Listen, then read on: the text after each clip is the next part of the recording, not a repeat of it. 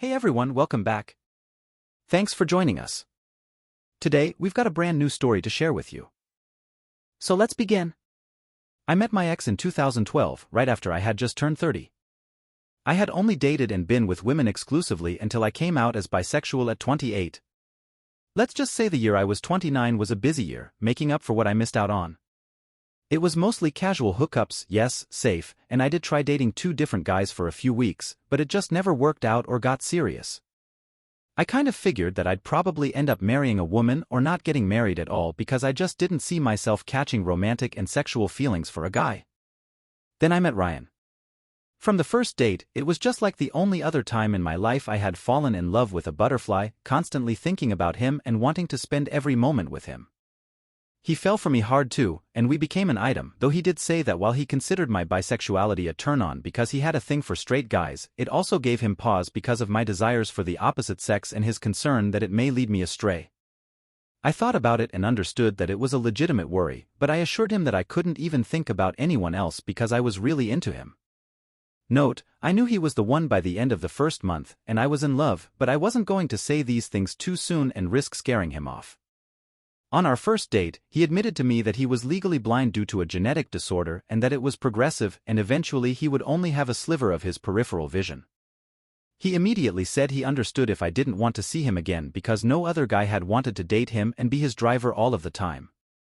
I grew up with a brother in a wheelchair who never learned how to walk or talk due to misdiagnosed meningitis at 6 months old, back in the 1970s.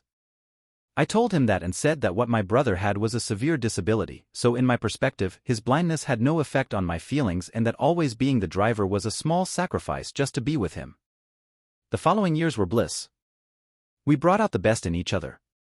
My family, who was surprised but very supportive when I came out, adored Ryan, treated him like family, and said that I acted happier since we'd been together. When I met him, he was working part-time in retail and had done very poorly in high school because he lost a lot of confidence as his vision deteriorated. I told him that one thing I did insist on was that he do something with his life because he had too much to offer and that I would help. He said that he'd wanted to be a teacher but didn't think someone with limited vision could teach nonsense. So I put him through community college for 2 years, then 2.5 years at a local university, and finally the 1-year teacher certification program as required by California. I drove countless miles and paid hundreds of dollars in public transportation costs for him, never blinking an eye or complaining.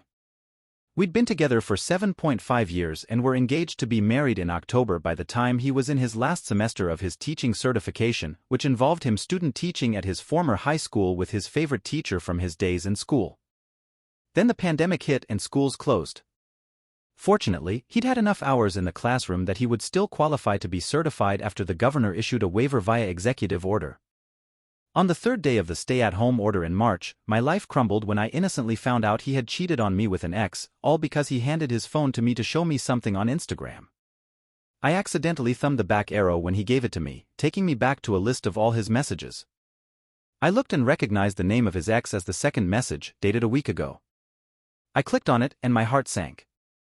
Directions to my house, pictures, dirty talk, and reassuring him not to worry about me because he had my location on my Find My Friends, just in case I came home from work.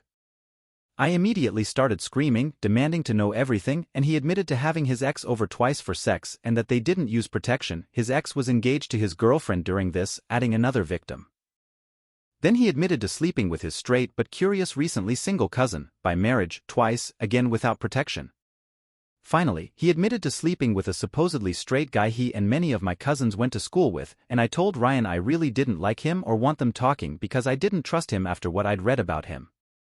Since they were never close friends, I didn't feel like this was a big sacrifice or that I was being too controlling, and I assumed that he knew why I and all my cousins felt that way but didn't bother repeating it.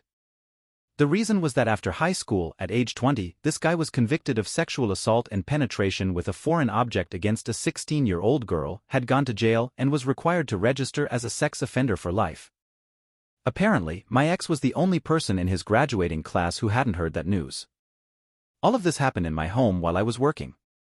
We spent the whole weekend crying, with me asking over and over why and him repeatedly crying and saying he just didn't know and that he felt terrible.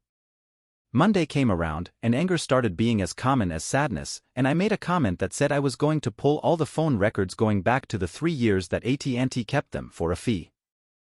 Only when he heard that did he admit it to one more guy. Some random guy named Frankie off the gay hookup app Grindr was the first guy he cheated with and continued to casually hook up with for nearly 2 years, with the last time being in February, the month before. He told me how it started. Get this, it was the day after his graduation with his BA in May 2018, and he was drunk from celebrating and wanted to have sex. I too had been celebrating with him and said I was too drunk to perform and said I'd make it up the next day, then passed out asleep on the couch. Apparently he was angry horny because he downloaded Grindr, chatted with this Frankie fellow, and arranged to have sex in his car in a church parking lot across the street from our condo, which happens to be across the street from a school. This fact is important later, all while I slept on the couch. All the times they hooked up after that were again in my condo while I was working or visiting a friend for the night up the coast. He used to love going but started saying he couldn't occasionally because of homework and studying. I absolutely lost it. I told him to get in the car, and I drove him to his family's house so he could tell them what he did so they understood why he was moving back into their house. While he was in the house, I was in the driveway on the phone with AT&T ordering the 3 years' worth of detailed call and text logs, then made an appointment to be screened for STIs. I suspended his service until he could figure out how to pay for his own damn phone, then I temporarily changed all his passwords on the social media accounts he cheated with to make sure he couldn't hide more evidence so only I would have access to his cloud. We shared each other's passwords on his suggestions years ago.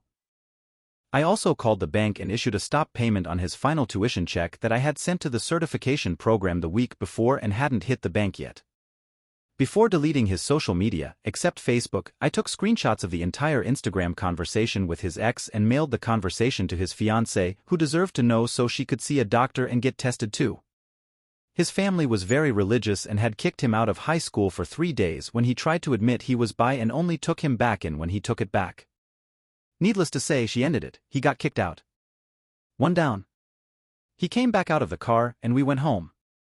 I took his house key and told him to say goodbye to our 3 pets and get packing. The entire time he packed, I studied those phone records to find out dates, times, and if there was anyone else he was leaving out. He answered every question I asked, and it was then that I discovered that the sex offender had only had oral sex in my home and that the actual sex was in the same parking lot he screwed the Frankie guy in. The wheels started turning, and the next day I walked over to the church and, sure enough, spotted a camera. I spoke to a secretary, a sweet old lady, at the church and informed them about a registered sex offender having sex in their lot and that not only was it a violation of his parole for indecent exposure, but that he was not allowed to be that close to a school, and I provided the date. I was in luck. They had a digital 2-year loop system that started deleting day by day after it had been retained for 2 years. It was April 2020, and he first cheated with Frankie in May 2018, and the sex offender was in April 2019.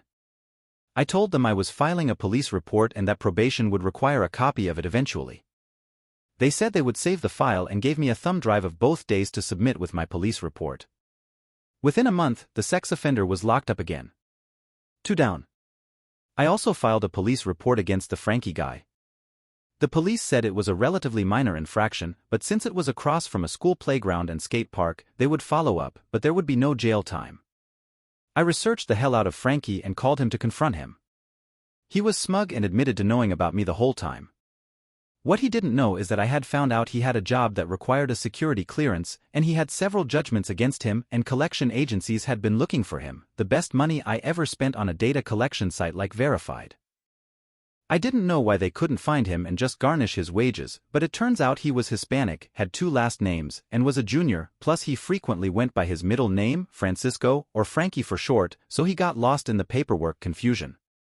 I sent a letter to the collection agencies providing his employer, current location, and contact information, and then sent a copy of the police report about misdemeanor indecent exposure for which he pleaded guilty, and it was a fine with community service, not considered a sex crime. His wages did get garnished, but only for 2 paychecks because the misdemeanor was enough for him to lose his security clearance and get fired. 3 down. Then I contacted Ryan's family on his mother's side, pretending to be him from his Facebook account, making sure they knew he had fucked his cousin. It spread through the family like wildfire, and soon his cousin was contacting me because he couldn't get a hold of Ryan to ask why he would expose what they did.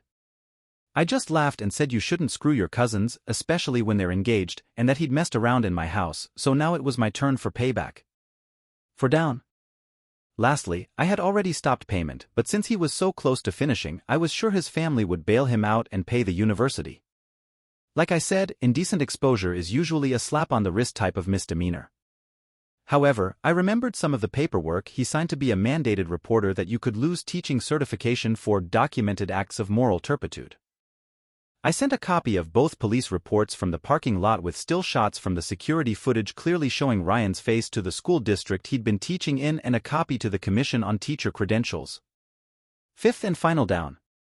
Admittedly, I did all this out of anger, but he shattered my sense of self-worth and made me incredibly bitter and untrusting after years of being generous and supporting him.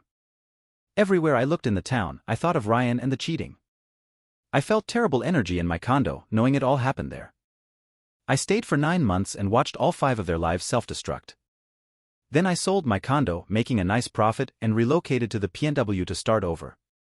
One thing that is sad is that I found out just recently that his ex-fiancé, who broke up with him, ended up committing suicide several months after I moved. It is too bad that his family was so closed-minded to turn on their own son, but in the end, it's not my fault that he cheated on his fiancé by coming into my home at my fiancé's invitation to cheat. Suicide is never the answer to one's problems, and I hope the fiancé he cheated on doesn't blame herself and that only his family does as they should. Thanks for watching. If you enjoyed this video, don't forget to like, comment, and subscribe for more stories like this. See you next time.